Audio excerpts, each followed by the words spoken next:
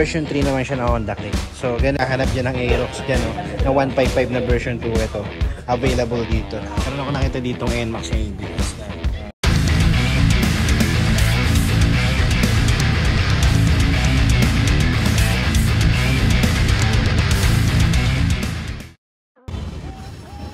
What is up mga karepo? Welcome kayo sa panibago kong repo update. Kaya kung di ka pa nakasubscribe, i-click mo na yung subscribe button at notification bell na sa ganun ay ma-notify pa kita sa mga susunod ko pa ilalabas na repo update.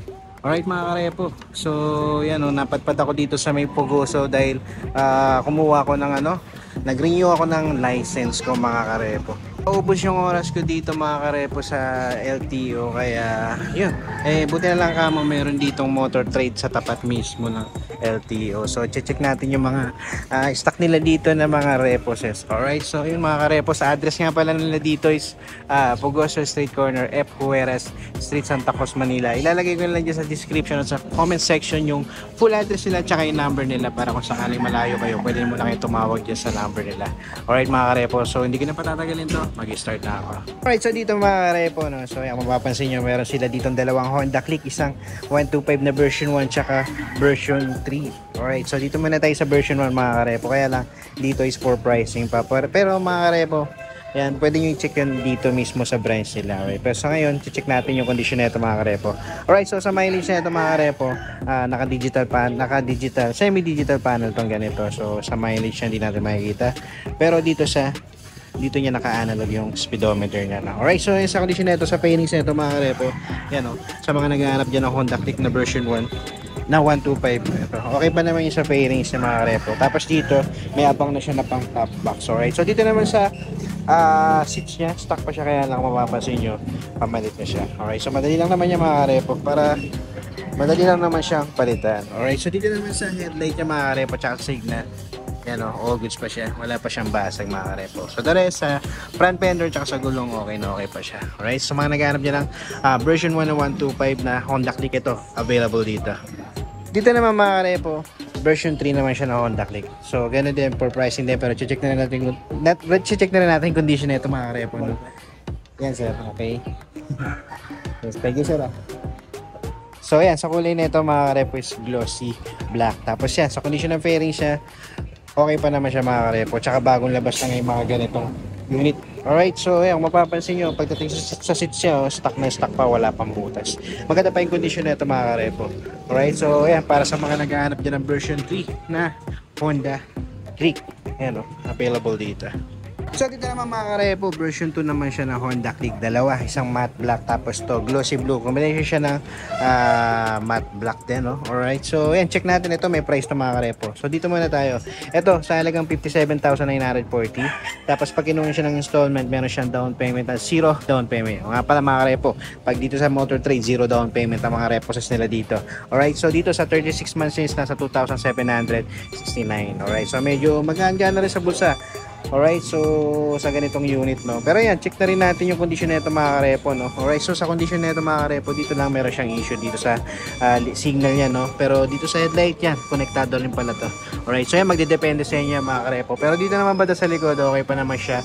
Aftermarket na yung cover na seats niya, pero okay na okay pa siya mga karepo. Alright, so yan, pwede nyo yung check to mga karepo. Tapos dito naman sa isa, yung kulay blue. So sa price nito is nasa, alright, pag kinuha siya ng installment, meron siyang monthly na 2,329 for 36 months mga karepo. Okay, so sa condition nito mga karepo, no, so sa pairing siya, yan, dito lang sa may front fender niya, no, may issue na siya, pati dito sa signal. Yan, konektado rin siya sa headlight mga karepo. So yan, magdedepende sa inyo. Pero dito, yan, mapapansin nyo, aftermarket na yung cover na seats niya.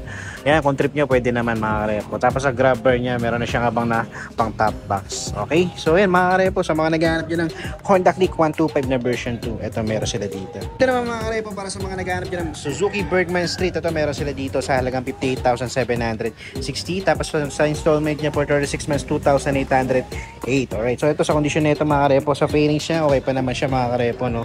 Ang kulay niya is glossy red. Yan, so sa seats niya, mapapansin nyo, goods pa, stock pa. Tapos meron siya additional dito na pwedeng sandalan, no. Alright, so sa mileage siya, di natin makikita kasi digital panel siya. Pero yan, overall, okay pa naman niya. pati fairings siya, no? Pati dito sa visor niya. Alright, so sa mga naghahanap dyan ng Suzuki Bergman Street, ito, meron silang available dito. Yan, no? Maayos pa yung headlight niya, pati signal. Alright. Dito naman banda mga karepo, Suzuki Bergman Street ulit. Ito, sa halagang 53,668. Tapos sa monthly niya for 36 months sa 2,564. Alright, so ang kulay naman ito is glossy white. Alright, so sa condition nito, sa fairing siya, okay pa naman mga karepo. Stock visor nandito pa. Tapos sa seats niya, stock din. Kaya lang yan, may konting butas lang doon. Pero yan, hindi pa naman siya ganoon kalaki. Alright, so pagdating naman dito sa headlight niya mga karepo, yan, wala pa siyang basag, no? Pati sa signal, pati sa front fender niya makinis pa, pati sa gulong niya makapal pa. Alright, so yan, sa mga naghahanap niya Suzuki Bergman na color white, eto, available dito mga karepo. Dito banda sa likod nila mga karepo, kung mapapansin nyo, meron sila dito dalawang pwedeng pang tricycle, TMX, yan, Honda TMX. Alright, so yan, sa presyo na itong TMX nila, itong size nasa 31,898. Tapos sa monthly nito is nasa 1,524. Tapos ito namang size nasa 29,581. Alright, so sa monthly niya is nasa 1,413.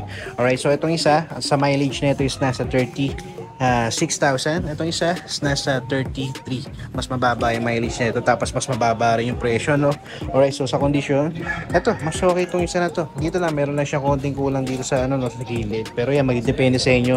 So sa halagang 29,000, pwede na mga karepo sa pangnegosyo, pwede na to, no? Yan, sa mga naghahanap dyan, pwede pang tricycle, pwede pang service, pang negosyo, eto, pwede na to. TMX 125. Dito naman banda mga karepo, meron ako nakita ditong NMAX na ABS na Prestige Silver. Kaya lang, yan, sa kondisyon niya mga karepo, mukhang hindi siya okay. Pero pinapakita ko na lang sa inyo. Ayan, oh, sa price nito hindi pa siya updated kasi medyo may kamahalan pa siya sa halagang 144,770. Tapos meron siya down payment ng 7,239 sa monthly niya for 6 months, 6,572. Alright, so sa tingin ko hindi pa siya updated, no? Tsaka siguro medyo may ayusin pa dyan. Yan, pinakita ko lang din sa inyo mga karepo. Alright, so yan, pwede nyo rin check yan dito mga karepo. Alright. And last mga karepo, yan, sa mga naghahanap dyan ng Mio Aerox na 155, no? Sa version 2, alam ko marami naghahanap na ito. So ito, meron silang available dito na kulay glossy black. Alright, so sa updated price na ito mga karepo dito is nasa 119,500. Tapos pag ginawa siya ng installment, meron lang siyang down payment na 5,975. Pero kung kumpara mo sa brand new, mababa na yan mga karepo. Alright, so sa monthly na ito for 36 months nasa 5,425. Alright, so sa condition na ito mga karepo, check natin sa fairings niya mga karepo. Yan, wala kayong problemahin, napakaganda pa ng kondisyon ng fairings na ito. Tapos sa headlight niya, signal niya, ayan, maayos pa yung kondisyon na ito. Tapos ang kinis pa ng front fender niya. Pati sa gulong niya, napakakapal pa. Kasi kapal pa ng mukha ni Marites. Yan, nakikita niyo yung balahibon. Bagong-bago pa talaga ito mga karepo. Tapos wala nga lang siya ditong visor. Pero yan, magdidepende na sa inyo. Napakadali lang palitan niya. Tapos napakakinis pa ng ano niya, yung salamin ng panel niya. Yan. Alright, so dito sa seats niya, stock na stock pa, wala pang butas. Yan, the rest, dito banda sa likod. Yan, meron na siyang plate number na ano. Alright, so yan, overall mga karepo, para sa akin, goods na goods tong Aerox na to, no? Sa mga naghahanap dyan ng Aerox dyan, no? Na 155 na version 2, ito. Available dito. Alright, so yung mga repo, ito lang yung mga repo na available nila dito. Napadaan lang ako dito sa branch nila dito sa Motor Trade Pugoso, no? Dahil nag-renew ako ng lisensya. So, sinabay ko na. Dahil bala ko talaga mag-vlog ngayong araw na to, kaya lang naubos yung oras ko sa LTO. So, yan. At least, may naipakita ko sa inyo. Magaganda rin naman yung mga nandito, katulad nito, Honda Click na version 3. Tsaka ito, marami rin naghahanap nito, yung version 1 na 125 na Honda Click. Alright, so yan mga karepo. So that's it for today. Maraming salamat sa umabot sa punto na to.